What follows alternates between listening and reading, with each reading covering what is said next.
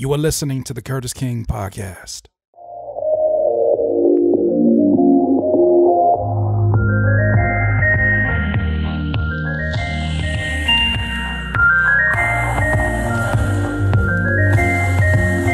Music creators, once again, it's another episode of the Curtis King Podcast. I want to thank you for joining me today. As it is today, I mean, when you obviously listen to this, it's already the new year. It's already going to be 2020. But this is one of the last days of 2019 as I'm recording this. And there's been a lot of mental reflection, as I'm sure a lot of us go through, especially for those of you that sound like memes. We say things like 2020 is my year. Everything's going to change. I got New Year's resolutions. I'm getting ready to go join my gym. I'm finna get a new membership. All right. I'm about to get a trainer. Okay. This is my year. We're about to go get the bag. All those cliches. This is definitely a time for reflection for us all. And as I start to reflect on 2019, I start to think, really this is the only opportunity that I take at least to think about the accomplishments of the year, think about the areas that I grew in, think about the areas that I can still experience more growth in. But this year was definitely one of those that it's hard when I look back through my IG, because it's like, one way that you can kind of reflect back on your time over the last year. But I look at the pictures and I look at all the different things that happened. I'm not going to go through all of them because I feel like we've been reflecting in our own way through other episodes, but it's been a crazy year, man. It's been a crazy year, and I'm sure it's been the same way for a lot of you out there as well. But what I want to do is I want to put out a message for music producers in this next year. I've been already kind of sharing it. It was something that I actually got from one of my YouTube subscribers who really brilliantly created a conclusion for, I guess, a mantra or a mindset that I hope music producers take on next year really, really seriously. And it's going to sound so ridiculous when I prepare it like that. But what I'm hoping that producers do is this year focus on having fun again. So as we know, there's a very popular mantra saying, make America great again. I'm sure you've heard that already. Let's make producers have fun again. And I truly mean that. And what I want to do today is not only explain what I mean when I say that, but also to kind of give you an insight into some of the commitments that I'm making, because I learned a few years ago listening to a Tony Robbins talk about New Year's resolutions and how they're really meant to be broken because of the very nature of them, how we put so much pressure on the turning of numbers and the feeling of newness because of those numbers. And we put so much pressure on our lives to now just become miraculously and instantly perfect. And it's just not fair. It's not fair to us because that's just not the way change occurs within us. Emotions can change in an instant. Moods can change in an instant. But hard habits that we have don't just magically die off because the numbers on our year change. So I don't believe in New Year's resolutions. I say it every single year since I've been experienced to that, but I don't believe in resolutions, but I do believe in themes and I believe in commitments that are more general than they are specific, right? I know a lot of people get in and they say, I want to lose 30 pounds in my first 3 years of 2020. And that's not to say that that's not a smart goal or a goal that you can achieve. But I think that there's a more generalized goal that you want to accomplish that has to do with physical wellness, right? Even to a certain degree, mental wellness. Maybe as you want to achieve balance in your life. Those are the kind of commitments that I'm talking about, that even if you fall off the wagon, you don't necessarily fall off so heavy. If you said, I'm going to lose 20 pounds and then you gain 40 because you went on the Taco Bell binge because they released something you thought they'd never release. That's how I felt when I was going through my first I want to lose weight phase. And then Carl's Jr. decided out of nowhere they want to have a Captain Crunch shake. I was like, I didn't even know y'all knew each other. Captain Crunch? Really? You could just make a shake? When I decide I'm not going to eat like that no more? And so I broke my commitment to my diet and had me a Captain Crunch shake. And, it's never worth it when you finally do it, but I had it. But that being said, commitments has been the way for me. And so first and foremost, let me explain this whole thing that I've been talking about before I get into my commitments for this year. Because in the past, I've had commitments such as I want to help more people than I've ever helped before. That was in 2016 or 17. And then after that, it was, I want to level up my mental health. And I just let that be the something that I can commit to that doesn't require me to be too obsessed with the specific details or to have way too many expectations, right? Because a lot of times we set expectations and the worst thing is not that we don't achieve them, but the worst thing is that we achieve them and they actually fall short of the reaction we thought we would have to achieving them. That's a terrible feeling. That you're doing all this work to achieve a feeling and you don't get that feeling. So that's when I first started doing that. But here's something that I have noticed, especially being in the position that I'm in to help so many music producers through my YouTube videos and through the teachings and through when I used to do one-on-one consultations, because I no longer do one-on-one consultations. I feel that, and it's funny because I heard Sad Guru say it, which he's a spiritual teacher that I think a lot of you should definitely tap into if you haven't. But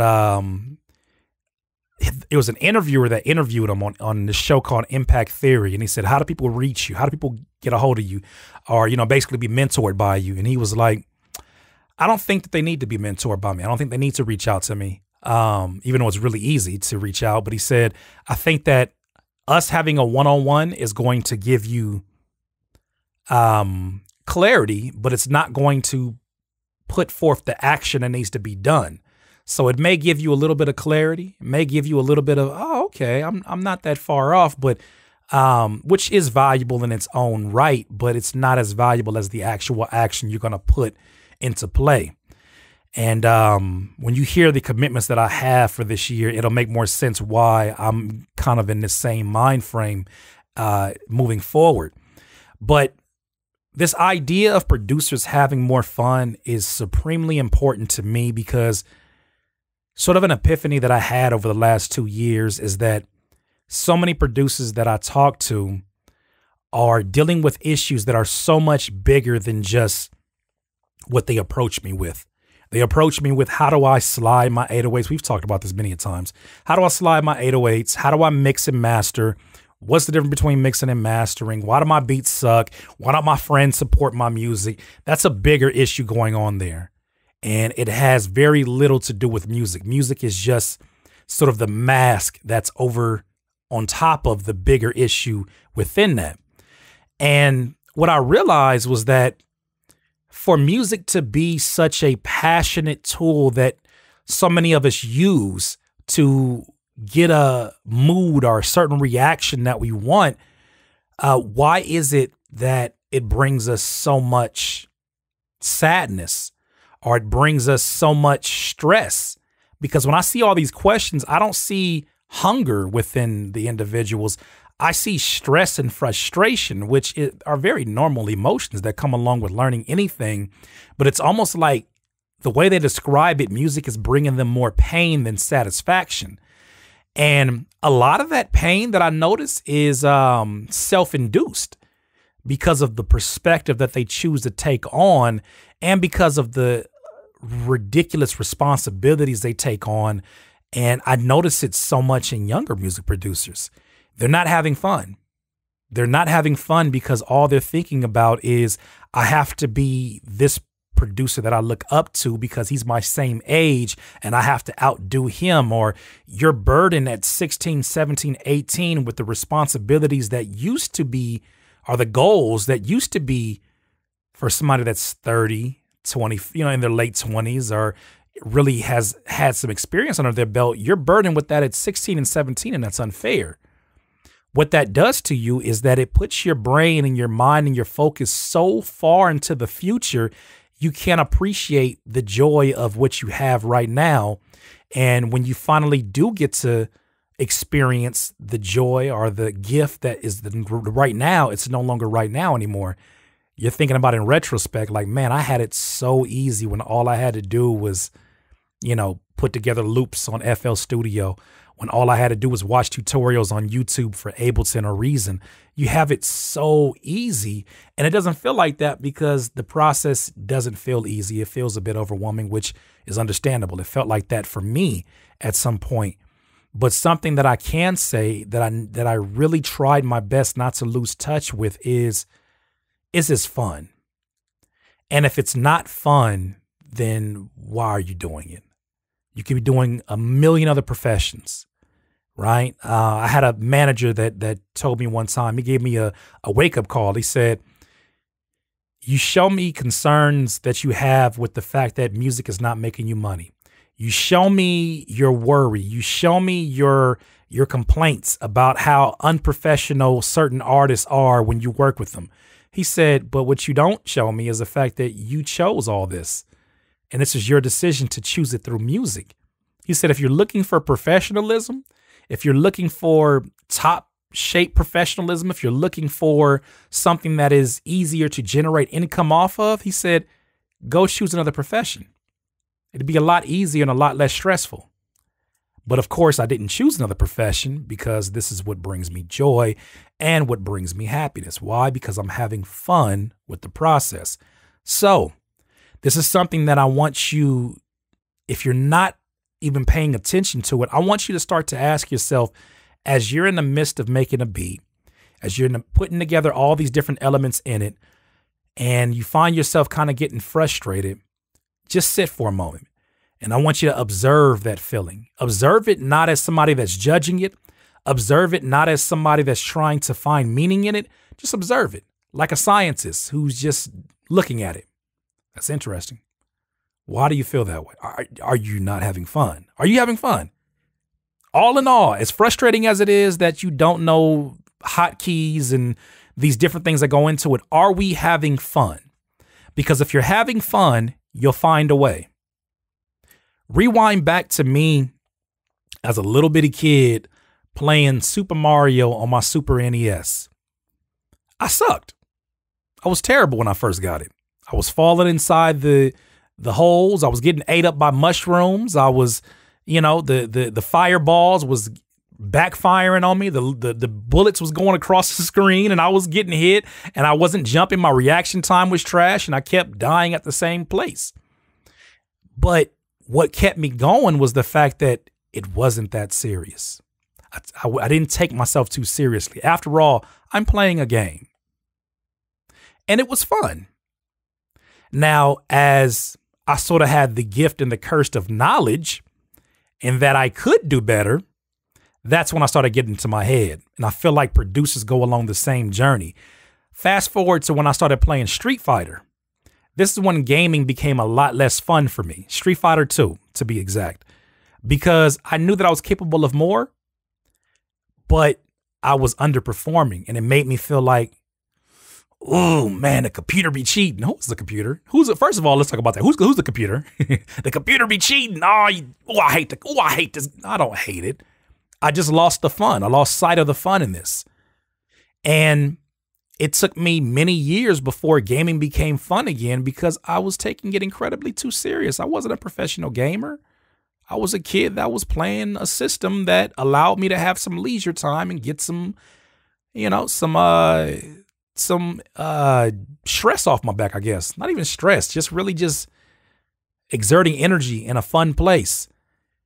And, I think it's the competitive nature of it sometimes to act that way. But all in all, it really comes back down to, are you having fun? Because when you're having fun, like in the Mario example, you continue to play. You can die 99 times. But none of those times feel as bad as it feels good when you achieve the goal. You get to the end of the Mario level, you get the flag, boom, bam, bing, you won. Now let's continue to go. There's this sort of obsession that happens with having fun, that you look at everything not as you're failing. You don't put titles on it. You don't put expectations on it. It's not impossible. It's a challenge. Challenges are fun, right? One of my favorite arcade games to play when I go like Dave and Buster's is the basketball hoop one, right? Because I always see the score up there thinking to myself, I'm going to beat that score. I'll run through 100 tokens or tickets or whatever the things is. I'll run through 100 tickets just to try to get close to the score. But I'm having fun. And because I'm having fun, how long it takes doesn't matter, right? Having to get the perfect form doesn't matter. Now, as I find other things to be more enjoyable, right? So say, for instance, I start catching fire with the arcade basketball hoop. I'm like, what am I doing that's right? What am I doing? Because I'm hitting a lot of shots right in a row. Oh, man, I just messed it up. What am I doing? It becomes fun now for me to now absorb the DNA of what actually makes it a successful shot. Same thing for producers. When you finally figure out, okay, I finally understand my DAW to a certain degree. I'm finally starting to make beats that I kind of like. My drums are crazy. What is it about my drums that I find so amazing? What is it about melodies that comes to me so easily? How can I beef up that strength instead of focusing on beefing up my weaknesses? That's where a lot of people get lost. I got lost in the sauce with that one. And that you focus so much on beefing up your weaknesses when you could have exerted that energy towards beefing up your strengths. Who cares that you're not great at the keys? Right? Well, I want to be a well-rounded producer. That's cool. You can be well-rounded, or you can be mediocre at a bunch of different things. Why not pursue what you're great at? And then from there, let the journey take you where it takes you. If you're great at drums, you may go the same route as me, in that as you get better, you'll learn different tricks and things that help you. Like I use Scalar to help me with chords because I'm not a piano player per se. But as you continue to get better, you'll get the other elements. You'll learn things because of how fun it is. But as I got better at beats, it wasn't like I said, okay, now my melodies are better. Now I'm going to be a full-blown melody loop guy. I'm going to be a drum guy. I'm going to release drum packs. So I have my drum packs, Big Drums Knock Volume 1 through 3. That was a natural place in my journey because I love drums. And so for you, I think so many producers out there want to know where the end of the road is at and what it's going to look like, when that's not your responsibility, right? Your responsibility right now is not the future. It is not the past. You are responsible for being right here in this moment, because this is really all that you can affect. Now, of course, what you do can affect the future, but doesn't that mean to focus right on what's going on right now even more? Right? Even more aggressively, to be in the moment. You can't, unless you know something that we don't know, unless you got a car like Back to the Future, you're not going to the past, fam. It's it. That's it. You got to let that be what it is. And you cannot let that define what's going to happen in the future, because life is full of too many variables. So stay in this moment. Try not to, especially as a young producer, try not to be burdened too much with the goals and what titles that people want you to identify yourself with at an early age, because life is going to change so drastically. If you're 19, life is not going to be anywhere near the same when you're 21. Life is going to change drastically. So understand, even if you go down a road, and I talked about this on a live stream this last week, even if you go down a road and you're 19 and say you're saying, I want to sell beats. You sell beats for a few years. The worst that happens if you're 19 is that you look up, you say, didn't work out for me. I learned a lot of stuff, but you're still only 21. Let's try another road, right? But let's take some of the things that we learned along this road so that we can maneuver a little bit faster down this road to see if it's really for us. But every time you maneuver down another road, or you run an audible, or whatever you do, you're going to inevitably learn something that is going to bring you a step closer to what you're supposed to be doing. Right. And when I say supposed to be doing, I don't mean in a sense of, what titles your parents put on you, or what titles your upbringing put on you, or what titles your friends put on you. I'm saying what you're inevitably supposed to be doing is directly related to what you've already been doing. Right. So much of what has already gone on has literally helped you understand where your interests are. So much of what you've already gone through has helped you define, I do like this aspect of beat making. I don't like this aspect of it. For me, I don't like selling beats. I don't find as much enjoyment as I once did in selling beats online. I don't like the pressure of my sacred time, because it's all sacred if you get to make music. It's a amazing blessing. The sacred time that I get to make music, I don't want to dedicate it to feeling like, man, should I not put this drop in there? Like, do I have to start to kick on the one here? Because what about all the rappers who don't know how to approach a drop like this? Will it throw off their state of mind? Will it make them not want to buy the beat? These are things that flow through my mind that didn't make the process as enjoyable as it once was. When I first started, I didn't care. I was throwing snares all off the 2, 3, 4, 5, 6, 7, all everywhere. It didn't matter because it was a feeling I was going off of, and it was fun. So I want producers, more so than any marketing tips I can give you, I want you to get to having fun and finding the things that actually bring you joy. Do you enjoy what you're doing? If you enjoy it, you've already won. You've literally already won. So what I want to end this podcast on is 4 commitments that I'm making this next year for 2020. Because once again, I have gone down roads that have given me the blessing of pain, the blessing of experience, the blessing of setbacks. And I call them all blessings. I'm not just saying that because it's the nice thing to say. I say that because inevitably they're going to lead me to what I really want in life.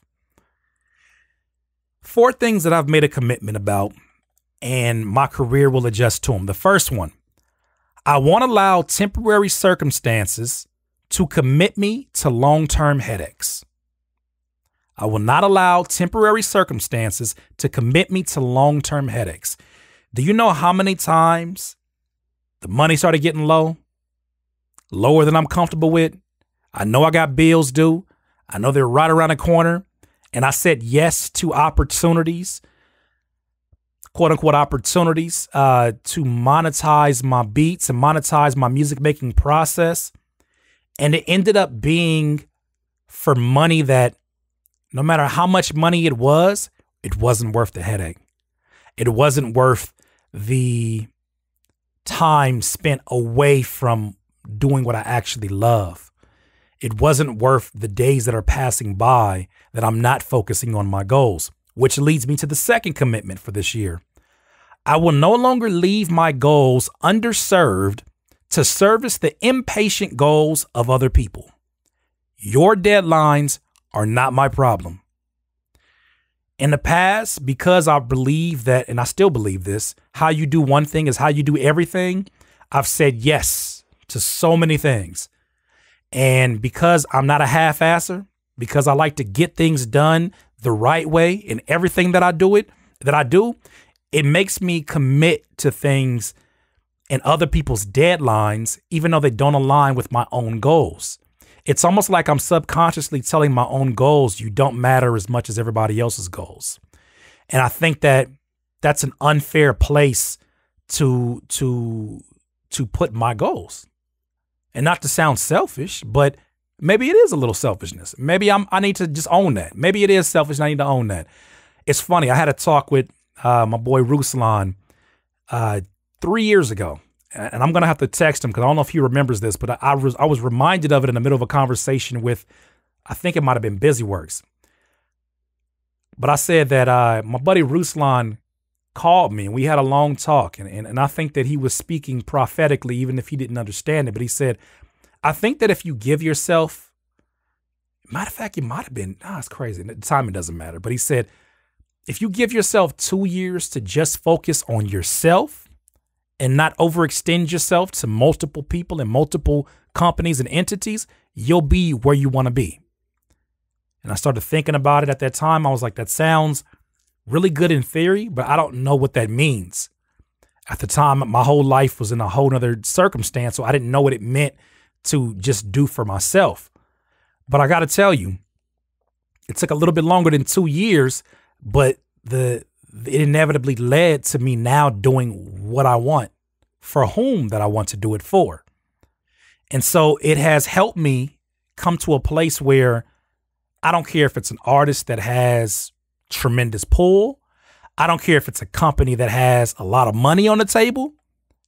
I will no longer leave my goals underserved, because I don't know how much time I have. Every day is a blessing. I don't know how much time that I have to do the things that I set out to accomplish. Why am I overextending myself, overextending my work for other people's deadlines? Because of their unprofessionalism or because of their indecisiveness, especially when it brings me so much, I don't want to say pain, but it brings me so much agitation. That's a good word for that. A lot of agitation. And so I'm making a commitment to no longer do that. The next one, I got this from a Jamaican spiritual teacher. I believe you pronounce his name Muji. He says that our feelings are visitors. So I said to myself, I will treat my feelings as visitors. I will observe them when they come in, and I'll be a gracious host. I'll tell myself, I don't mind that you're here. And I've been using this mindset, and it's been giving me so much peace in the things that I'm doing, whether I'm working out at the gym, because I'm working out with a trainer and he is hard nosed, like he don't play. And it's got me to the place where it's like he pushes me to a limit, and I start feeling that burn that makes you say, I got to quit. Oh man, your arm's going to fall off, or whatever you say in your mind. And I want to quit. But then I tell myself, no. Not I'd rather be doing something else, or not that I have to ignore it. It's all about, just as Muji says, I don't mind. I don't mind that you're here. So same thing with the feelings that I have, right? My biggest sort of issues have been anxiety, and really more so in the past, my anger has been a big deal. And so now having the mindset of feelings are just visitors. Let them come, observe them, do not react to them. You don't have to feel like you have to do anything, just observe them.